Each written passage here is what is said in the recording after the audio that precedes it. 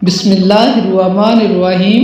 अस्सलाम वालेकुम viewers, welcome to health strong. उम्मीद करता हूँ कि सब दोस्त खैरियत से होंगे। दोस्तों, आज मैं आपके लिए एक सस्ता, आसान और बेहतरीन नुस्खा पेश करने जा रहा हूँ। दोस्तों, आज की इस वीडियो में मैं आपको बताऊँगा आयाम का देर से आना, आयाम की कमी, आयाम की तंगी, आयाम का बंद हो जाना।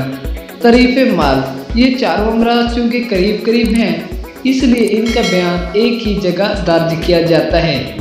देर से आना आमतौर पर बंद हो जाने का पेश खैमा हुआ करता है। इस मर्ज में या तो शुरू ही से आयाम नहीं आने या कुछ मुद्दत आकर बंद हो जाते हैं।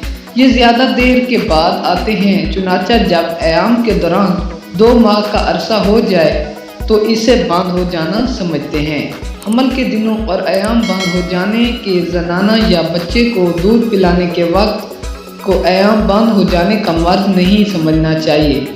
दोस्तों, मज़ीद आगे जाने से पहले आप दोस्तों से एक छोटी सी गुजारिश है कि अगर आपने अभी तक हमारे YouTube चैनल को सब्सक्राइब नहीं किया तो जल्दी से सब्सक्राइब कर दें और साथ में लगी घंटी के बटन को भी प्रेस कर दें ताकि हमारी हर आने वाली अच्छी और न्यू वीडियो हर वक्त आपको यहाँ पर मिलती रहें। दोस्तों, आगे चलते हैं, मैं आपको वजूहात बताता हूँ। आयाम बंद हो जाने की मुतअद्दिद वजूहात हैं।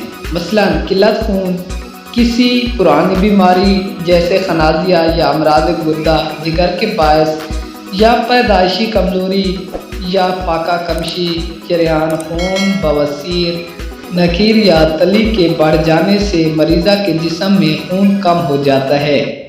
अलामात बच्चेदानी की सूजन, कमज़ोरी जिगर, तली, बवासीर वगैरह इस मर्ज का सबब होगा तो खुद इन मर्ज का वजूद उस पर दलालत करेगा।